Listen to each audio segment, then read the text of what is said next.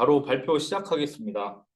자, 저번에 그 이어플로우 발표를 한번 한 적이 있는데, 그 오늘 하는 내용은 어, 거의 다 이제 블로그에서 다 가져온 내용이 대다수예요. 그래서 그걸 좀 정리하고, 이제 뭐, 다른 주담 통화나 이런 것들을 좀 덧붙여서 발표를 해볼 예정입니다. 우선 전에 발표를 했는데도 좀 간단하게 이 회사가 어떤 회사인지 좀 소개를 드리면, 우선 이어플로우는 이제 전 세계에 딱 두 개밖에 없는 그 기술력을 가진 회사입니다. 그 두 개 중에 하나가 이제 이어플로우 회사인데, 여기가 어떤 회사냐면 이제 당뇨 환자가 두 종류로 나뉘어요. 그러니까 선천적인 당뇨 환자, 후천적인 당뇨 환자인데, 선천적인 당뇨 환자들은 여기서 췌장에서 인슐린이 안 나오기 때문에 인슐린을 꾸준히 그냥 매일 넣어줘야 돼요. 근데 그게 원래는 주사위 같은 걸로 넣어줘야 되니까 아프고 그러겠죠? 이제 그거를 좀 획기적으로 바꿔주는 게 이제 이오 패치라는 건데, 이오 패치는 주사기로 꼭 안 해도 패치를 붙여놓기만 해도 알아서 인슐린이 들어가는 겁니다.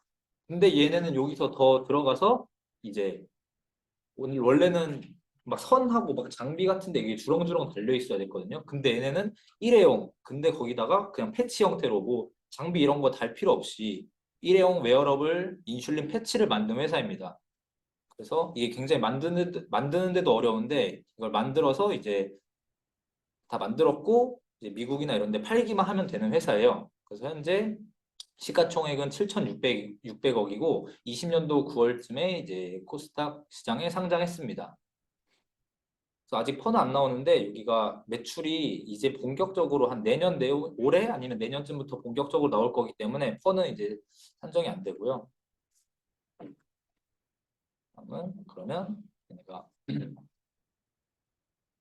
이제 제가 투자 포인트를 말씀드렸는데 첫 번째 투자 포인트가 일본이 미국의 최대 의료기기 회사인 메드트로닉이 이오플로우를 인수한다는 그런 뉴스가 떴어요. 근데 인수는 아닌데 지분 투자를 할 가능성이 높다고 보고 있거든요. 그래서 회사 측에서도 인수는 아니어도 뭐 유상증자나 다양한 방안을 검토하고 있다라고 밝혔어요.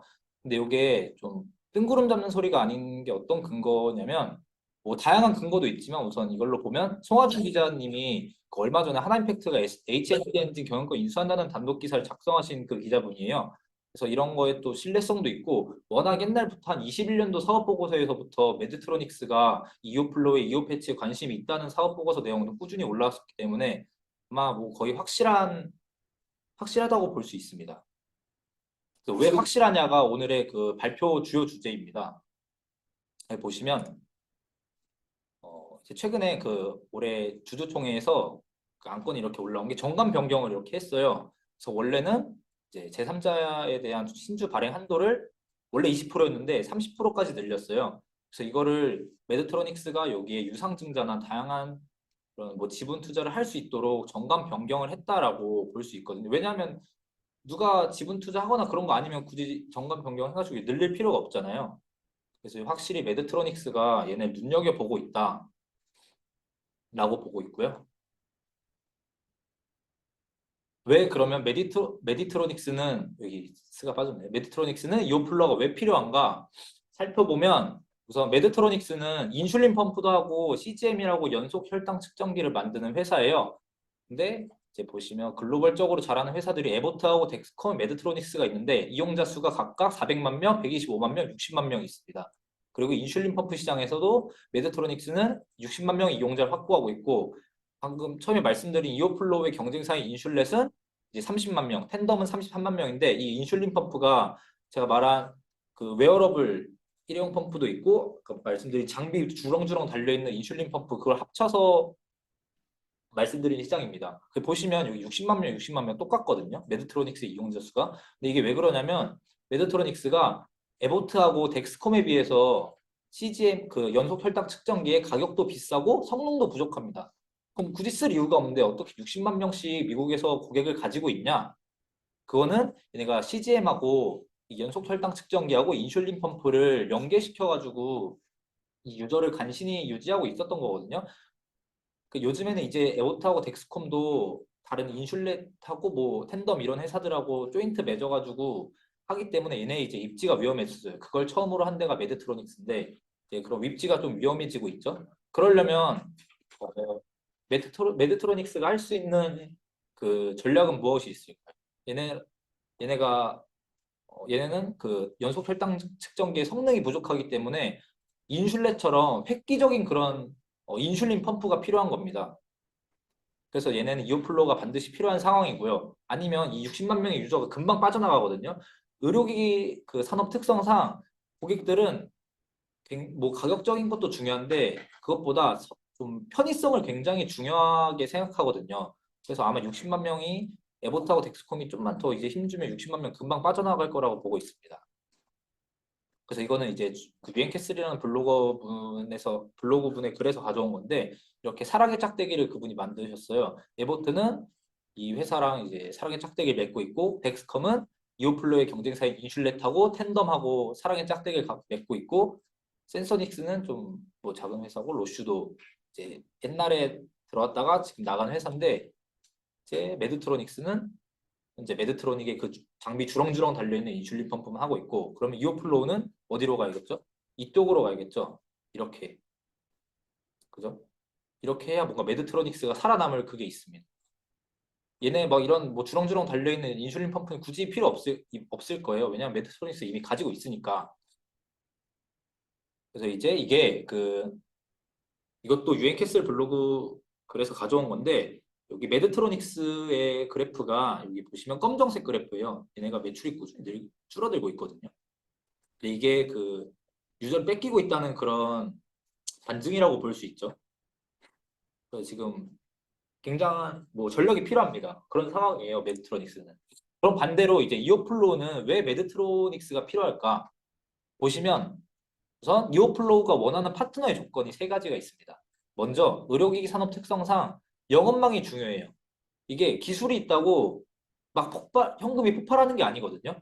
결국 의료기기는 뭐 기술력도 중요한데 영업망이 굉장히 중요한 시장입니다. 그래서 막대한 영업망을 가지고 있는 기업이 필요하고 그래야 미국에서 인슐렛을 상대로 열심히 팔 수 있겠죠. 그 다음에 CGM을 보유하고 있는 기업이어야 합니다. 이오플로우는 결국에는 인공췌장이라는 제품을 최종적으로 만들고 싶어 해요. 인공췌장이 뭐냐면 연속 혈당기 측정기 같이 붙여가지고 하나의 제품으로 만들어서 그냥 췌장처럼 이 환자가 지금 당이 떨어지네? 그러면 뭐 인슐린 이렇게 자동으로 넣는 그런 게 인공췌장인데 결국 그런 회사로 가고 싶어요. 이오플로우는. 그래서 연속혈당 측정기를 보유하고 있는 기업이랑 파트너를 맺고 싶어 할 겁니다. 그리고 이오플로우의 잠재력을 이끌어줄 수 있는 규모가 있는 기업이 필요합니다.